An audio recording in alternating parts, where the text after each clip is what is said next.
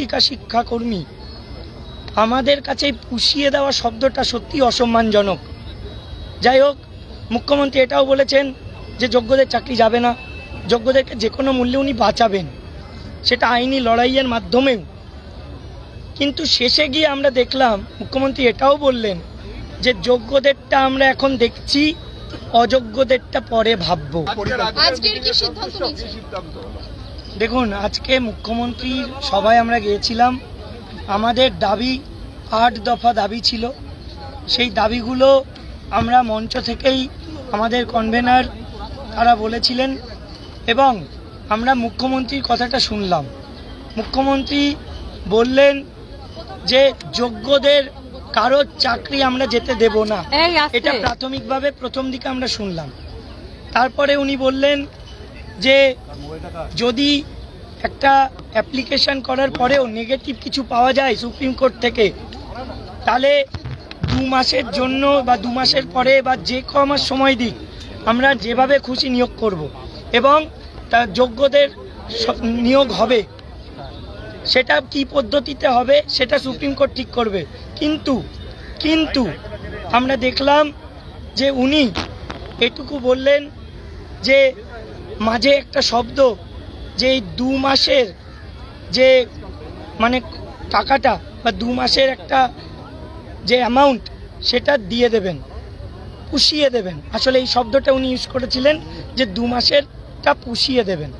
আমাদের এইটুকু খারাপ লেগেছে। আমরা শিক্ষক শিক্ষিকা শিক্ষাকর্মী, আমাদের কাছে পুষিয়ে দেওয়া শব্দটা সত্যি অসম্মানজনক।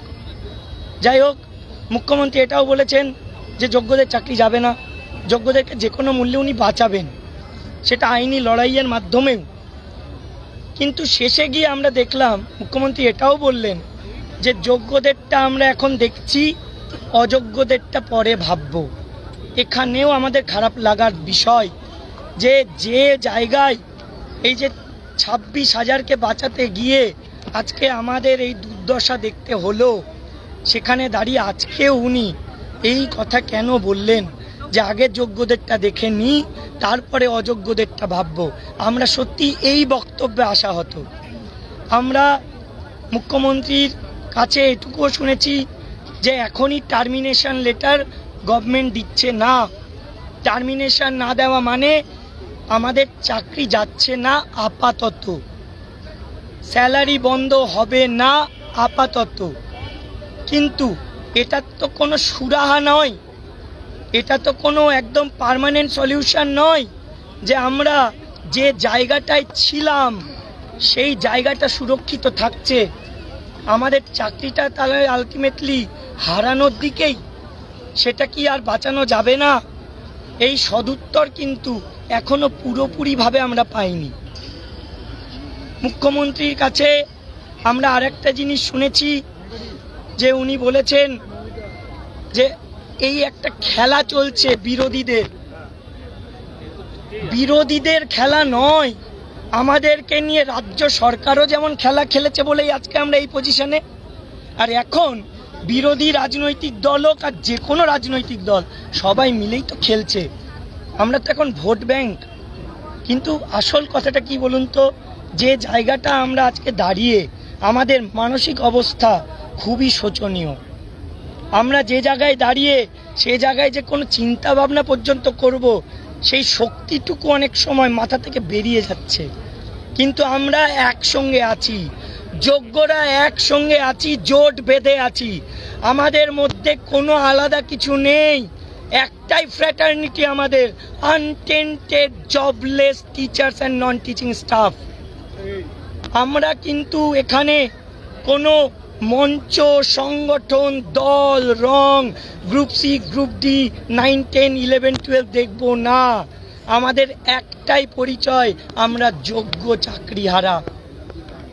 আজকে আমাদের এর পরবর্তী পদক্ষেপ কি হবে সেটা মেহবুবকে আমি বলবো বলার জন্য।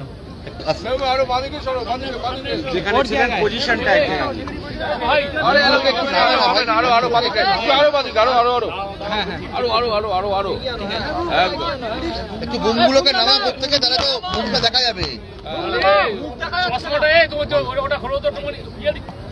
চশমাটা আচ্ছা, আগে আপনার নামটা বলুন জোরে। মেহবুব মন্ডল, যোগ্য শিক্ষক শিক্ষিকা অধিকার মঞ্চ। বলুন কি আপনাদের পরিকল্পনা এবং আজকে যে বৈঠক হলো, বৈঠকের পরে কি প্রাপ্তি অপ্রাপ্তি এবং আগামী দিনে কি পরিকল্পনা? আজকে আমাদের যে বৈঠক, সেই বৈঠকের পরেও আমাদের ধ্রুব যে সত্য, সেই সত্য আমরা অস্বীকার করতে পারি না। সেটা হচ্ছে আমাদের কেস সুপ্রিম কোর্টের প্রধান বিচারপতির এজলাস থেকে খারিজ হয়েছে। তাই সেখান থেকে রিভিউ এবং রিভিউ থেকে কিউরেটিভ প্রসেসটা কিন্তু খুব জটিল। আমরা কিন্তু সত্যি জানি না আমরা ফিরবো কি ফিরবো না। তাই কিন্তু একটা জিনিস আমরা জানি, সেটা হচ্ছে যে জাজমেন্ট এসছে অসঙ্গতিপূর্ণ এবং চরমতম একটা বায়াস জাজমেন্ট। এই জাজমেন্ট কখনো হতে পারে না, কারণ জাজমেন্টটা পড়লেই পাওয়া যায়। এই জাজমেন্টটার আমরা যে রিভিউ যাব, কিন্তু আমার সঙ্গে যে অবিচারটা হয়েছে তার একটা জনমতের প্রয়োজন আছে। আমি একা নয়, সুপ্রিম কোর্টে কেস রিভিউতে ওঠার আগে মানুষের মুখ থেকেও যেন এই রিভিউর দাবিটা ওঠে। অনৈতিক নয়, নৈতিকভাবে যদি মানে সামগ্রিক বিষয় বিশ্লেষণ করে মানুষ মনে করে যে হ্যাঁ এরা সত্যি অযোগ্য, তাহলে আর আমাদের দাবি করার কিছু থাকে না। তার সেই জনমত আমরা গঠন করতে পারি একমাত্র রাস্তা থেকে, একমাত্র আন্দোলন থেকে। তাই আন্দোলন থেকে সরে যাওয়া আমাদের পক্ষে সম্ভব নয়। তাই কিভাবে আমরা আমাদের আন্দোলন এগিয়ে নিয়ে যাব, কেমনভাবে আমরা আন্দোলন এগিয়ে নিয়ে গিয়েও আমাদের কাজও করতে পারবো সামগ্রিকভাবে, তাই সেই যে এজেন্ডা সেটা আমাদের তৈরি হচ্ছে।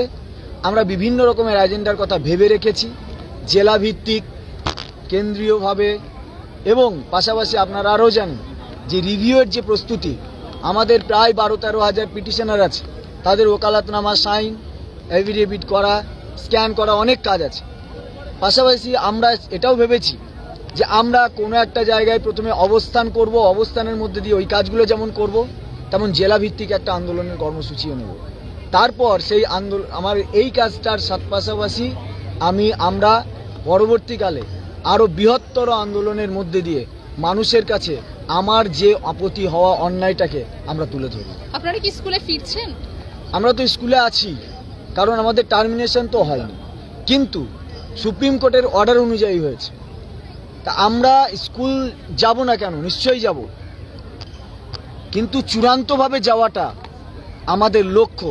তাই চূড়ান্তভাবে স্কুলে পৌঁছানো, স্কুলে আগের সম্মান নিয়ে পৌঁছানো, সেই যাত্রাপথে আমরা যে বাধাগুলো দেখতে পাচ্ছি সেই বাধাগুলো সরিয়ে যেদিন সত্যি সত্যি স্কুলে পৌঁছাতে পাবো, সেই পৌঁছানোটা আমাদের আসল হবে। সভাটা কি আজকে সদর্থক না নঙর্থক, কি হিসাবে দেখছেন? সদর্থক নঙর্থক আমি বলবো না, এটা